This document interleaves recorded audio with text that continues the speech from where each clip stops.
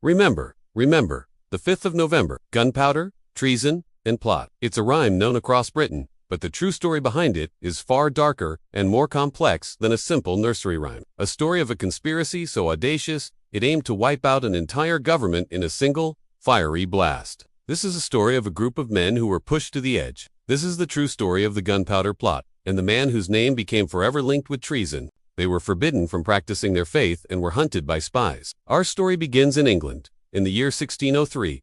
It was a time of intense religious persecution. Queen Elizabeth I had died, and the new king was James I. England was a fiercely Protestant nation, and Catholics were viewed with deep suspicion and hatred. But these hopes were quickly crushed. The persecution continued, and for some, patience had run out. An act so shocking, it would shatter the state itself. He was a wealthy, charismatic, and devout Catholic gentleman. He was also a man who had decided that prayer was not enough. In the ensuing chaos, they planned to install the king's young daughter on the throne as a Catholic queen. They were fellow Catholic gentlemen, including his cousin Thomas Wintour, who were willing to risk everything for their faith. He was an expert with explosives, a cool-headed professional, and a man of action. Thomas Wintour traveled to Europe and recruited a man named Guido, or Guy Fawkes. They were able to rent a cellar that was located directly beneath the House of Lords itself. Their tunnel was no longer needed. Many Catholics had hoped that King James would be more tolerant. They began the back-breaking work of trying to dig a tunnel from their cellar to the cellars under the Parliament. The conspirators were forced to wait. At the heart of our story is a man named Robert Catesby. He argued that for the plot to succeed, innocents would have to die alongside the guilty. The risk of betrayal was too high, and all the lords and ministers gathered in one place, the House of Lords. The letter was cryptic, warning him to devise some excuse to shift your attendance at this parliament. Monteagle, alarmed, took the letter directly to the king's chief minister. Catesby believed that the only way to restore Catholicism to England was through a single, decisive act of violence. They decided to wait and watch. In total, they smuggled in 36 barrels, an enormous quantity, enough to obliterate the entire building. The plot was still safe, but the net was closing in. Just after midnight, the guards returned to the cellar. The first search found nothing but a large pile of firewood and a servant. Many of them had friends and relatives who would be in the Parliament building on that day. They wanted to warn them. Guy Fawkes, using a false name, posed as a servant guarding the storeroom. The trap was set. This time, they decided to search the firewood pile. He began to gather a small group of trusted They searched the man and found matches and a slow-burning fuse in his pocket.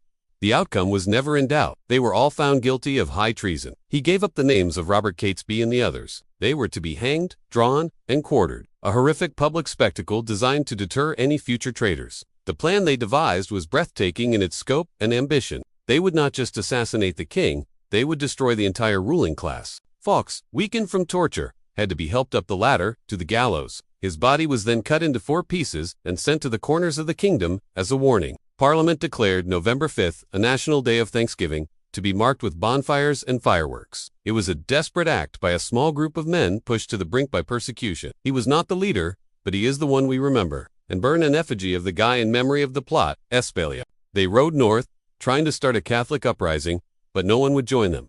They were now fugitives. Who was the traitor that saved the king? Their identity has never been proven. He was taken to the Tower of London to be interrogated. At first, he was defiant, admitting only his name was John Johnson. Their target was the state opening of Parliament, an annual event where the king, his family, the bishops, their weapon would be gunpowder. They planned to place an enormous quantity of it in the cellars directly beneath the House of Lords and detonate it during the ceremony. He authorized the use of torture. The explosion would kill everyone in the building, instantly decapitating the Protestant government. A strange legacy for a man who was fighting for a Catholic monarchy. The leader, Robert Catesby, was among those shot and killed. To execute the most dangerous part of the plan, they needed an expert. Fawkes was a veteran English soldier who had been fighting for Catholic Spain. The conspirators managed to rent a house right next to the Houses of Parliament.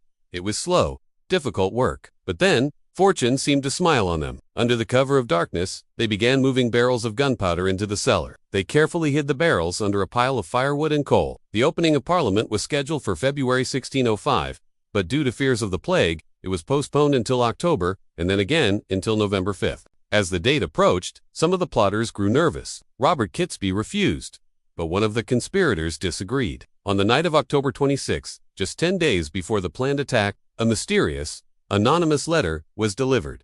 It was sent to Lord Monteagle, a prominent Catholic nobleman. It spoke of a terrible blow that the Parliament would receive, yet they would not see who hurts them. The king's spies began to investigate the warning. They didn't immediately understand the nature of the threat, but they knew something was wrong. On the night of November 4th, the eve of the attack, a search of the cellars beneath Parliament was ordered. The servant was Guy Fawkes. He claimed the firewood belonged to his master. He was questioned and released. Later that same night, the king, still uneasy about the letter, ordered a second, more thorough search. They found the same servant, still there, dressed in his cloak and boots. Ready to leave? Beneath the wood, they discovered the barrels of gunpowder.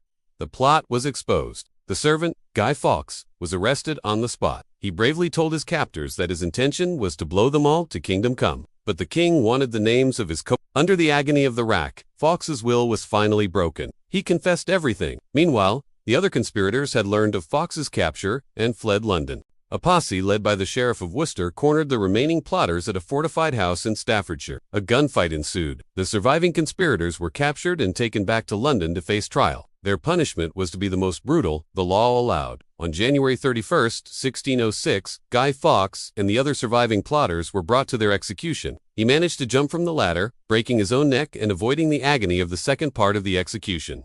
The failure of the Gunpowder Plot was celebrated across England. This tradition continues to this day. Every year on bonfire night, people across Britain light bonfires, but one mystery has always remained.